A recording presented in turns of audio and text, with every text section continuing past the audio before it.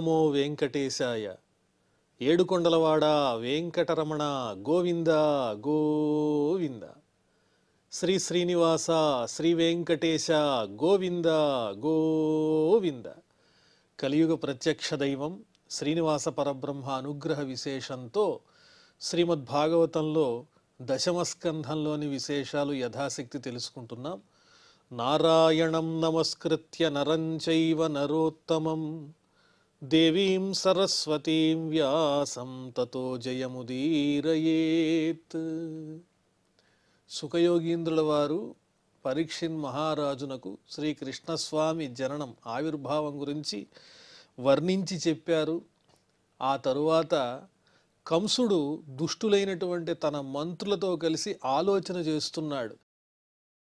ఎలా నన్ను సంహరించేటువంటి శక్తి ఎక్కడో పెరుగుతున్నదని యోగమాయ చెప్పింది. అప్పటి నుంచి చాలా ఒత్తిడిగా ఉన్నది. ఈ అపాయం నుంచి బయటపడటం ఎలాగా అని కంసుడు తన దుష్ట మంత్రులతో యోచన చేస్తుంటే వాళ్ళన్నారు, గతంలోనే రాక్షసులు దేవతల్ని ఎన్నోసార్లు జయించారు, నువ్వు కూడా ఇంద్రాది దేవతల్ని జయించిన వాడివే గత జన్మలో, కాబట్టి వాళ్ళు పారిపోయే లక్షణం కలిగిన వాళ్లే కానీ యుద్ధం చేసే శక్తి ఉన్నవాళ్ళు కాదు దేవతలు అని వాళ్ళు కంసుడిని బాగా ఉత్సాహపరుస్తూ ఉన్నారు. ఈ దేవతలందరికీ మూలం ఎవరంటే విష్ణువే. ఆయన ధర్మంలో ఉంటాడు. ధర్మానికి మనం హాని చేసినట్లయితే గనక ఆ విష్ణువుని జయించవచ్చు అని వాళ్ళు సలహాలు చెబుతున్నారు. శ్రీ సుకౌవాచ ఏవం దుర్మంత్రిభిః కంసః సహ సమ్మంత్ర్య దుర్మతి బ్రహ్మహింసాం హితం మేనే కాలపాశావృతో అసురః. కాలాన్ని ఎవరు మాత్రం దాటగలరు? కంసుడికి కూడా ఆ కాలం సమీపించింది, మృత్యువు సమీపించింది. కాబట్టి సరైనటువంటి ఆలోచన చెయ్యలేకపోతూ ఉన్నాడు. పక్కన చేరిన అనుచరులు కూడా దుష్టులైన వాళ్లే. సలహా చెప్పేవాళ్ళు మంచివాళ్ళైతే గనక అది మహారాజునకు మంచి చేస్తుంది. దుష్టులతో స్నేహం చేసి దుష్టమైనటువంటి సలహాలు విన్నట్లయితే తద్వారా ఆ మహారాజు కూడా ఆపదల పాలవుతాడు. కాబట్టి దుష్టులైన మంత్రులతో ఈ విధంగా ఆలోచించినటువంటి దుష్టబుద్ధి కలిగినటువంటి కంసుడు బ్రహ్మహింసాం హితం మేనే, వేదవేత్తలైనటువంటి వాళ్లను, సాధు సజ్జనులను, శ్రీ మహావిష్ణువుకు ఇష్టమైనటువంటి భక్తులను వీళ్ళందరినీ హింసించటానికే నిర్ణయం చేసుకున్నాడు. అదే తనకు హితమైనది అని నమ్ముతున్నాడు. ఎందువల్లంటే అతడు రాక్షసుడు, ఆ స్వభావం కలిగిన వాడు, పైపెచ్చు అతడికి కాలం సమీపించింది. సందిశ్య సాధులోకస్య కదనే కదన ప్రియాన్ కామరూపధరాన్ దిక్షు దానవాన్ గృహమావిశత్. సజ్జనులైన వాళ్ళందరూ ఎక్కడున్నారో వాళ్ళందరినీ వెతకండి, వాళ్ళని హింసించండి అని ఎవరికైతే అటువంటి పనులయందు విపరీతమైనటువంటి కోరిక ఉంటుందో వాళ్ళందరినీ ఏరి కోరి తీసుకుని వచ్చి ఆ దుష్టమైన పనిలో నియోగించాడు కంసుడు. కథన ప్రియాన్, ఇతరులు దుఃఖపడుతూ ఉంటే వాళ్ళని ఏడిపించి తద్వారా ఆనందించేటువంటి లక్షణం కలిగినటువంటి వాళ్ళు, అలాంటి వాళ్లను ఎంచుకుని మరీ పంపిస్తూ ఉన్నాడు. మీరు వెళ్ళండి, హరిభక్తులను సాధు సజ్జనులను హింసించండి అని చెబుతున్నాడు. కామరూపధరాన్ దానవాన్ దిక్షు. ఎటువంటి రాక్షసులు ఆ పంపించబడిన వాళ్ళు అంటే కామరూపాన్, కోరినటువంటి రూపములను ధరించగలిగినటువంటి సామర్థ్యం కలిగిన ఆ రాక్షసులందరూ కూడా కంసుని ఆదేశంతో దిక్కుల వెంబడి వెళ్ళిపోయారు. ఎక్కడెక్కడున్నారు హరిభక్తులు సాధువులు సజ్జనులు, ఎక్కడ విష్ణువుకి ఇష్టమయ్యేటువంటి కార్యాలు జరుగుతున్నాయి, అదేవిధంగా 10 రోజుల కన్నా తక్కువ వయసులో ఉన్నటువంటి శిశువులు ఎక్కడున్నారు, 10 రోజుల కన్నా పైన వయసు ఉన్నటువంటి శిశువులు ఎక్కడున్నారని కూడా వెతుకుతున్నారు. ఆ శిశువులు ఎక్కడ కనిపించినా కూడా వాళ్ళని సంహరించమని కంసుని యొక్క ఆదేశం. తే వై రజః ప్రకృతయః తమసా మూఢచేతసః సతాం విద్వేషమాచేరుః ఆరాదాగత మృత్యవః. ఆ వెళ్ళిన వాళ్ళంతా రాక్షసులు.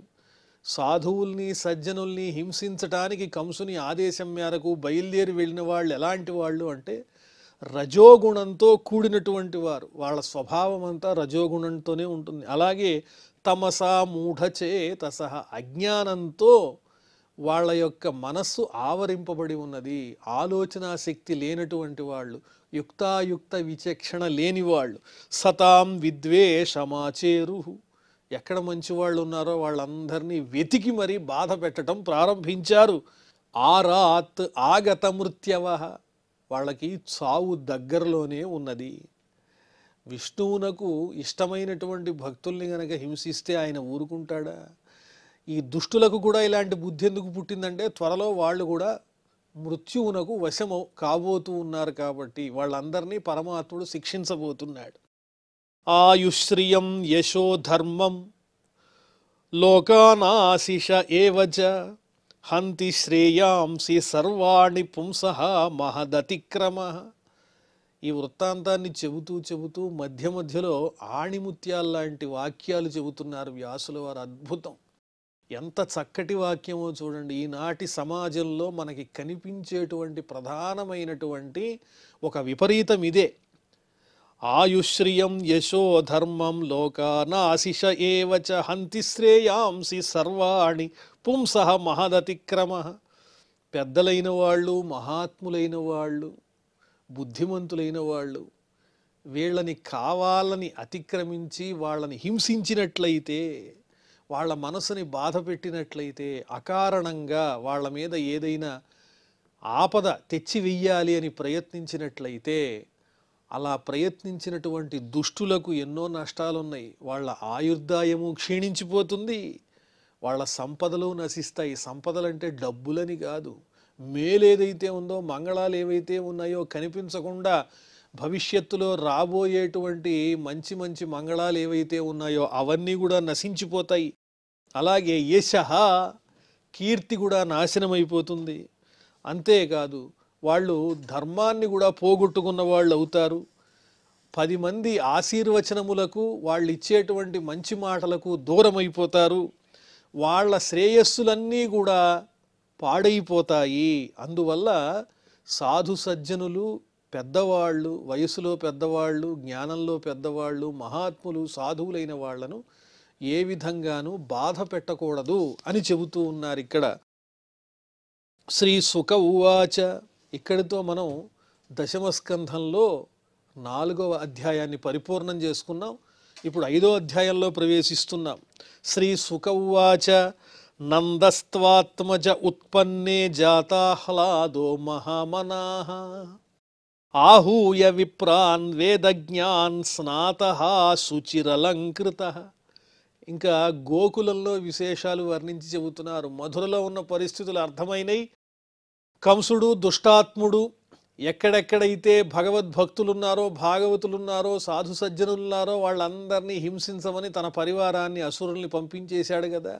ఇంకా గోకులంలో ఎలా ఉన్నది అంటే శ్రీకృష్ణ స్వామి యొక్క జన్మోత్సవాన్ని జరుపుకుంటున్నారు. అక్కడ ఉన్నటువంటి గోపాలకులు అందరూ కూడా నందుని ఆధ్వర్యంలో. నందస్త్వాత్మజే ఉత్పన్నే, తనకు పుత్రుడు జన్మించగానే, మరి ఆ రాత్రిపూట వసుదేవుల వారు శ్రీకృష్ణ స్వామిని తీసుకుని వచ్చి యశోద దగ్గర ఉంచినటువంటి విషయం ఎవరికి తెలుసు? అందరూ యోగమాయా ప్రభావితులై గాఢమైన నిద్రలో ఉన్నారు కదా. యశోదాదేవి పక్కన ఉన్నటువంటి చంటి పిల్లని, ఆడబిడ్డను తీసుకుని వెళ్ళి మధురలో కారాగృహంలో దేవకీదేవి దగ్గర అట్టే పెట్టారు. ఇది దేవరహస్యము. కాబట్టి యశోదాదేవి పక్కన ఎవరున్నారు ఇప్పుడు? పిల్లవాడు బాలకుడున్నాడు, మాయామానుష విగ్రహ స్వరూపుడైనటువంటి పరమాత్ముడున్నాడు. అది చూడంగానే నందుల వారికి ఆహా నాకు కుమారుడు కలిగాడనేటువంటి ఆనందంతో జాతాహ్లాద, ఆయన హృదయం అంతా ఆహ్లాదంగా ఉంది, ప్రసన్నంగా ఉంది.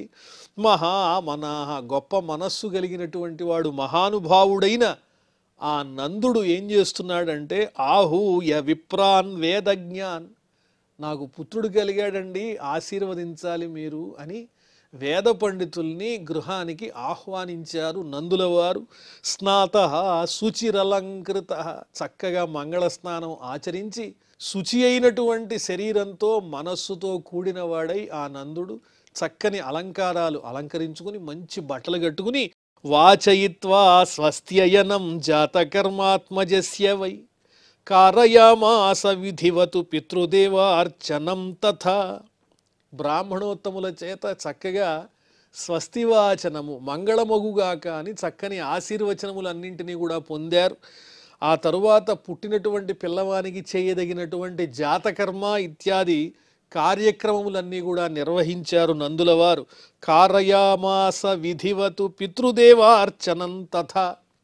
వంశవృద్ధికి ఆధారభూతులైనటువంటి పితృదేవతలను కూడా ఆ సందర్భంలో ఆరాధన చేశారు, పూజించారు. ధేనూనాం నియుతే ప్రాదాత్ విప్రేభ్యః సమలంకృతే తిలాద్రీన్ సప్తరత్నౌఘశాతకౌంభాంబరావృతాన్. మరి పుత్రుడు జన్మించినటువంటి శుభ సందర్భంలో నందుల వారు ఆనందంగా దాన ధర్మాలు చేస్తూ ఉన్నారు. ధేనూనాం నియుతే ప్రాదాత్ విప్రేభ్య సమలంకృతే. బంగారంతో అలంకరింపబడినటువంటి శ్రేష్టమైన గోవులను 2 లక్షల గోవులను దూడలతో పాటుగా విప్రులకు దానం చేశారు. తిలాద్రీన్ సప్త రత్నౌఘశాతకౌంభాంబరావృతాన్. రత్నములతో కూడిన బంగారంతో తయారు చేయబడినటువంటి వస్త్రముల యందు చక్కగా తిలాద్రీన్ సప్త పర్వతాల వలె ఎత్తైనటువంటి నువ్వులను 7 గుట్టలను వారికి దానం చేశారు. అంటే నువ్వులను 7 పర్వతాలంత పరిమాణంలో ఉన్నటువంటి నువ్వులను, అంటే సుమారుగా 10 కుంచాల నువ్వులు దానం చేశారు. ఆ సందర్భంలో వాటితో పాటుగా బంగారు భయమైనటువంటి వస్త్రాలు, వాటిల్లో అమూల్యమైనటువంటి రత్నాభరణాలు ఇవన్నీ కూడా ఆ సందర్భంగా దానం చేశారని చెబుతున్నారు. కాలేన స్నాన శౌచాభ్యాం సంస్కారై తపసేద్యయ శుద్ధ్యంతి దానై సంతుష్ట్యా ద్రవ్యాణ్యాత్మాత్మ విద్యయ. ఇటువంటి శుభ సమయాల్లో ఇలాంటి కార్యక్రమాలు దాన ధర్మాలు చెయ్యాలి. ఎందువల్లంటే ఇవన్నీ కూడా మనము ఉద్ధరింపబడడానికి ఎంతగానో ఉపకరిస్తాయి. మానసికమైనటువంటి చక్కని శుద్ధి లభిస్తుందని చెబుతున్నారు. ఆ సందర్భాలు కూడా కొన్ని వర్ణించి చెబుతున్నారు. కాలాన్ని బట్టి నీరు శుద్ధి అవుతూ ఉంటుంది, స్నానం వల్ల దేహం శుద్ధి అవుతుంది, ఉతకటం చేత వస్త్రాలు శుద్ధమవుతాయి, గర్భాధానాది కార్యక్రమాల వల్ల గర్భము శుద్ధి అవుతుంది, తపస్సుతో ఇంద్రియాలు శుద్ధమవుతాయి, యాగాలు నిర్వహించటం ద్వారా బ్రాహ్మణోత్తములు శుద్ధి పొందుతారు, దానం చేయటం ద్వారా ధనము శుద్ధి అవుతుంది, సంతోషంగా ఉండడం వల్ల మనస్సు శుద్ధి అవుతుంది, ఆత్మవిద్య వల్ల జీవుడు శుద్ధమవుతాడు అని ఈ విశేషాలన్నీ వర్ణించి చెబుతూ ఉన్నారు. సౌమంగళ్య గిరో విప్రాహ సూతమాగధ వందినః గాయకాశ్చ జగుర్నేదు భేర్యో దుందుభయో ముహు. ఈ రకంగా నందుల వారు చక్కగా ఈ సందర్భంలో పుత్రుడు జన్మించినటువంటి శుభ సమయంలో ఈ దాన ధర్మములు చేయుట ద్వారా చక్కని సంతోషాన్ని, మనస్సుకు సంబంధించినటువంటి శుద్ధిని పొందాడు, ఆనందాన్ని పొందుతూ ఉన్నాడు. సౌమంగళ్య గిరో విప్రాహ. బ్రాహ్మణోత్తములు స్వస్తి పుణ్యాహవాచనములు పలుకుతూ ఉన్నారు. అదేవిధంగా సూతమాగధ వందినః. ఈ ముగ్గురు కూడా ఆ సందర్భంలో వారు చేయవలసినటువంటి చక్కని స్తోత్రాలు చేస్తూ ఉన్నారు. సూతులు అంటే పౌరాణికులు, పురాణ సంబంధమైనటువంటి జ్ఞానంతో ఆయా ఆశీర్వచనములు ఇచ్చేటువంటి వారు. మరి మాగధులు అంటే ఈ యజమాని యొక్క వంశాన్ని చక్కగా కీర్తిస్తూ మీ పెద్దలు ఇంత గొప్పవారు అంత గొప్పవారని చెప్పేటువంటి వారు మాగధులని పిలువబడతారు.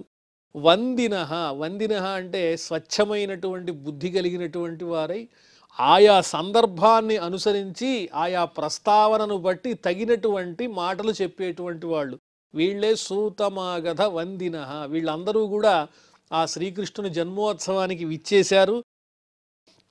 సూతాహ అంటే పౌరాణికాహ ప్రోక్తాహ, మాగధాహ అంటే వంశశంసకాహ, అదేవిధంగా వందినః అంటే అమల ప్రజ్ఞాహ ప్రస్తావ సదృశోక్తయ అని వ్యాఖ్యానంలో వర్ణించి చెప్పారు. వీళ్ళందరూ కూడా ఆ సందర్భంలో నందుల వారిని చక్కగా స్తోత్రం చేస్తూ శ్రీకృష్ణ స్వామిని కూడా ఆశీర్వదిస్తూ ఉన్నారు. వ్రజ సంమృష్ట గాయకాశ్చ జగుర్నేదు భేర్యో దుందుభయో ముహు. చక్కగా పాటలు పాడేటువంటి గాయకులు అందమైనటువంటి పాటలు పాడుతూ ఉన్నారు. భేరీ మొదలైనటువంటి దుందుభులు మొదలైన వాద్య విశేషాలన్నీ దిక్కులంతా వ్యాపించే విధంగా మ్రోగుతూ ఉన్నాయి.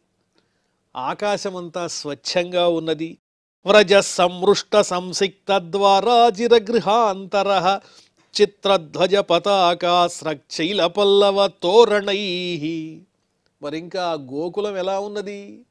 నందుల వారికి యశోదకు పిల్లవాడు పుట్టాట అనంగానే ఆ గొల్లపల్లి అంతా కూడా, గోవ్రజమంతా కూడా అదే తమకి పండగ అనేటువంటి భావనతో అక్కడ ఉన్నటువంటి గోపికలు గోపాలకులు అందరూ ఉత్సవాలు జరుపుకుంటున్నారు. ఇళ్లను చక్కగా అలికారు. స్తంభాల మీద చిత్ర విచిత్రమైనటువంటి చక్కని పతాకాలు ఎగరవేస్తూ ఉన్నారు. ధ్వజాలు కనిపిస్తూ ఉన్నాయి. పూలదండలు, చిగురుటాకులు, వీటన్నిటితో గుమ్మాలకి తోరణాలు కట్టుకున్నారు. ఇంటి ముంగిలి భాగాన్నంతా కూడా అందంగా అలికారు. పన్నీరు జల్లారు. ఎక్కడ చూచినా కూడా సుగంధపూరితమైనటువంటి సువాసనలే కనిపిస్తున్నాయి. ముంగిళ్ళన్నీ కూడా అలకబడి చక్కని ముగ్గులతో అలంకరింపబడి కనిపిస్తున్నాయి. గుమ్మాలన్నీ కూడా చక్కటి తోరణాలతో ప్రకాశిస్తూ ఉన్నాయి. ఆ విధంగా పల్లవ తోరణ సురుచిర వల్లీ ధ్వజరాజ ధూప వాసనములతో సల్లలితములై ఒప్పెను వల్లవ వల్లభుల ఎండ్ల వాకిండ్లెల్లన్. ఆ గోకులంలో ఉన్నటువంటి వాళ్ళ ఇళ్ళన్నీ కూడా ఈ రకంగా మంగళప్రదంగా కనిపిస్తున్నాయి. ఏమిటా సందర్భము అంటే, నందుల వారికి యశోదాదేవికి వారిరువురికి పుత్రుడు జన్మించాడు అనేటువంటి ఆనందోత్సాహాలను అక్కడ ఉన్నటువంటి గోపాలకులందరూ అనుభవిస్తూ ఉన్నారు. వాళ్ళందరికీ నందుడు పెద్ద కదా. గావో వృషా వత్సతరాహ హరిద్రా తైలరూషితాః విచిత్ర ధాతు బర్హ స్రగ్వస్త్ర కాంచనమాలినః. మరి గోపాలకులు ఉన్నటువంటి సంపదలు ఏమిటి అంటే గోవులు, ఎద్దులు ఇవేగా. వాటిలన్నిటినీ చక్కగా అలంకరించుకున్నారు. వాళ్ళు ఎంత ఆనందంగా ఉన్నారో, వాళ్ళ కుటుంబంలో సభ్యులు ఎంత ఆనందంగా ఉన్నారో, ఎంత వైభవంగా ఉన్నారో, ఆ వైభవాన్ని తమ సంపదలు, తమకు ఆధారమైనటువంటి గోవులకు కూడా పంచుతున్నారు. ఇది వారి యొక్క స్వచ్ఛమైనటువంటి హృదయం. ఆవులు, ఎద్దులు, ఎదిగిన దూడలు, వీటన్నిటికీ కూడా నూనె కలిపినటువంటి పసుపుని పట్టించారు. అదేవిధంగా చక్కని గైరికాది ధాతువులతో, నెమలి పింఛములతో, చక్కని పుష్పమాలలతో, వస్త్రములతో, బంగారు ఖచ్చితమైన బంగారు వర్ణం కలిగినటువంటి మాలలతో ఆ గోవులను వీటన్నింటినీ కూడా అలంకరించారు. ఆ గోవులు, దూడలు, వృషభాలు ఇవన్నీ కూడా అందంగా ఎగురుతూ చక్కగా ఆ గోకులం అంతా కూడా ప్రకాశవంతంగా మారిపోయింది. ఎక్కడ చూచినా కూడా మంగళప్రదమైనటువంటి చక్కని ఆ సందర్భాలే కనిపిస్తూ ఉన్నాయి. అందమైనటువంటి ఆ గోవులు అవన్నీ అలా ఎగురుతూ చక్కగా సంచరిస్తూ ఉంటే, ఇంటి ముందు చక్కగా అలికి ముగ్గులు పెట్టి ఇళ్ళన్నీ అలంకరించుకుని ఉంటే, ఆ సందర్భంలో గోకులం అంతా కూడా ఒక పండగ వాతావరణం కనిపిస్తూ ఉన్నది. మహార్హ వస్త్రాభరణ కంచుకోష్ణీషభూషితాః గోపాః సమాయయూరాజన్నానోపాయన పాణయః. మరి గోపాలకులు ఎలా ఉన్నారు అంటే, విలువైనటువంటి చక్కని అద్భుతమైనటువంటి వస్త్రాలు ధరించారు. వాళ్ళు ఆభరణాలు అలంకరించుకున్నారు. ఈరోజు మనందరికీ పండుగ. ఈరోజు మనం చక్కగా అలంకరించుకోవాలి, మంచి బట్టలు కట్టుకోవాలి అని భావన చేసి కంచుకోష్ణీష భూషిత వస్త్రాలు ధరించారు, తలపాగాలు ధరించారు, చొక్కాల్లాంటి దుస్తులు ధరించారు, ఆభరణాలు అలంకరించుకున్నారు. గోపాహ సమాయయూ రాజన్. ఆ గోపాలకులందరూ ఆ నందుల వారి ఇంటికి వస్తూ ఉన్నారు. ఎలాగా అంటే నానోపాయన పాణయ, అనేక రకాలైనటువంటి కానుకలను తీసుకుని నందుల వారి కుమారుని కోసం కానుకలు తీసుకొస్తున్నారు గోపాలకులు. గోప్యశ్చాకర్ణ్య ముదితాః యశోదాయా సుతోద్భవం ఆత్మానం భూషయాంచక్రుః వస్త్రాకల్పాంజనాదిభిః. ఇంకా గోపికలు విన్నారు, యశోదాదేవికి పుత్రుడు కలిగాట, మనమంతా వెళ్ళి చూడొద్దు అని వాళ్ళల్లో వాళ్ళు మాట్లాడుకుంటూ ముదితాః సంతోషంతో యశోదాయాః సుతోద్భవం ఆకర్ణ్య, యశోదాదేవికి పుత్రుడు పుట్టాట మనం చూడాలి అని వాళ్ళల్లో వాళ్ళు మాట్లాడుకుంటూ ఆ శుభవార్తను విని ఆత్మానం భూషయాంచక్రుహు వస్త్రాకల్పాంచనాదిభి,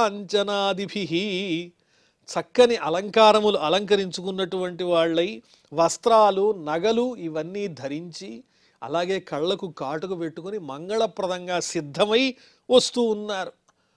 ఆ యశోదాదేవిని, ఆ యశోదాదేవి పుత్రుణ్ణి చూడటానికి గోపికలందరూ కూడా నవకుంకుమ కింజల్క ముఖ పంకజ భూతయ బలిభిః త్వరితం జగ్ముః పృథుశ్రోణ్యః చలత్కుచాః. ఆ గోపికలను వర్ణిస్తూ ఉన్నారు చక్కగా. ఎలా ఉన్నారు అంటే వారి ముఖం మీద కుంకుమను ధరించారు. ఆ కుంకుమకు సంబంధించినటువంటి పుప్పొడి అందంగా కనిపిస్తూ ఉన్నది. ఎలా ఉన్నది అంటే వారి ముఖాలేమో పద్మాల్లా ఉన్నాయి, ఆ కుంకుమేమో పద్మంలో ఉన్నటువంటి పుప్పొడిలా ఉన్నది. ఆ రకంగా ఎర్రనైనటువంటి పుప్పొడితో కూడినటువంటి పద్మముల వంటి అందమైన ముఖపద్మాలు కలిగినటువంటి ఆ గోపికలందరూ కూడా అలంకరించుకుని, నగలు అలంకరించుకుని, చక్కని వస్త్రాలు ధరించినటువంటి వారై ఆ యశోదాదేవి పుత్రుడిని చూడటానికి తరలి వస్తున్నారు సమూహాలుగా. బలిభిః త్వరితం జగ్ముః పృథుశ్రోణ్యః చలత్కుచాః. వాళ్ళు కూడా బహుమతులు తీసుకొస్తున్నారు.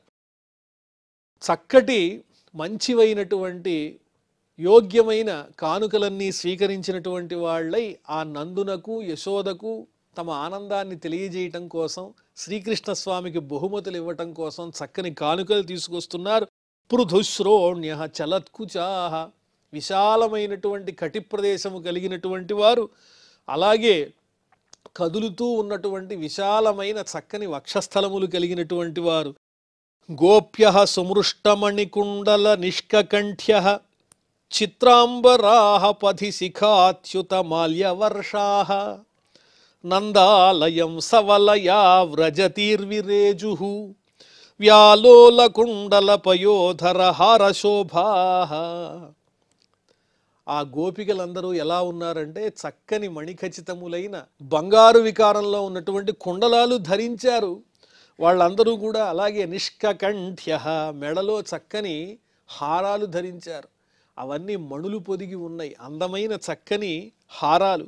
చిత్రాంబరాః, రంగురంగుల వస్త్రాలు ధరించి ఉన్నారు. మార్గ మధ్యంలో వాళ్ళు నడిచి వస్తూ ఉంటే ఆ గోపికలు శిఖాచ్యుత మాల్యవర్షాః, వారి కొప్పులో ధరించినటువంటి పూలమాలలు, పుష్పమాలికలు ఉన్నాయి. అవన్నీ కూడా వారు హడావిడిగా నడిచి వస్తున్నారు, చూడాలి పిల్లవాడిని చూడాలని.